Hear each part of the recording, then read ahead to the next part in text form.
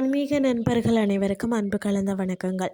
இன்றைக்கு நாங்கள் ஆன்மீகம் சம்மந்தமான பதிவில் பார்த்தீங்கன்னு சொன்னால், அதாவது பூஜையின் புனித தன்மை, செய்யக்கூடாத தவறுகள் என்னன்னு சொல்லி தான் நாம் இன்றைக்கு பார்க்க போகிறோம். நாம் அனுதினமும் இறைவனை நினைச்சு பூஜிக்கிறோம்.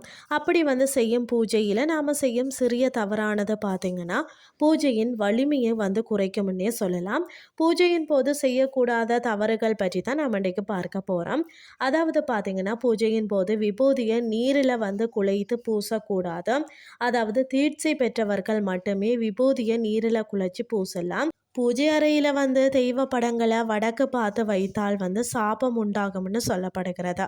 விரத தினத்தில் தாம்பூலம் தரித்தல், பகல் உறக்கம், சண்டையிடுதல் கூடாது. வாழைப்பழத்தில் பார்த்தீங்கன்னா பத்தியை சொருகி வைக்கக்கூடாது. தேங்காய் 2க்கு மேற்பட்ட துண்டுகளாக உடைந்தால் அதை தெய்வத்திற்கு நிவேதனம் செய்யக்கூடாது. விளக்கு எரிஞ்சு கொண்டிருக்கிற நேரத்தில் பார்த்தீங்கன்னா கைவிரலால் எண்ணெயில் உள்ள தூசியை எடுப்பதோ திரிய தூண்டுவதோ கூடாது.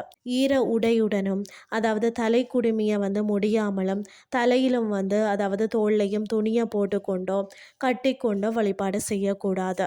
மற்றது பார்த்தீங்கன்னா சுப்ரபாதத்தை தினமும் காலை வேளையில் மட்டுமே கேட்கணும். அப்படி கேட்க முடியாத நிலையில் மாலையில் கேட்கிறது தவறான ஒரு விஷயமாகவும் இருக்கிறதா.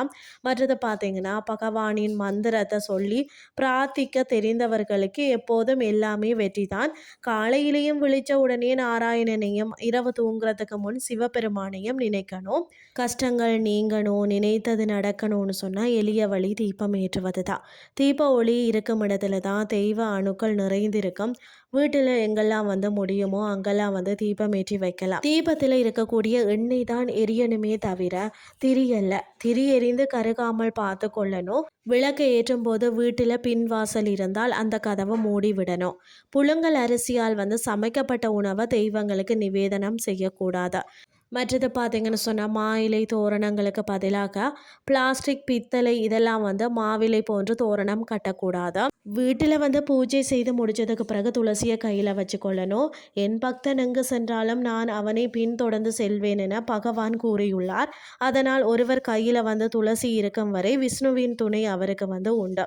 அது மட்டும் இல்லாமல் பார்த்தீங்கன்னா தெய்வங்களுக்கு நிவேதனம் செய்யும்போது வெற்றிலை மற்றது பாக்குகளை இரட்டைப்படை எண்ணிக்கையில் வைக்கணும்.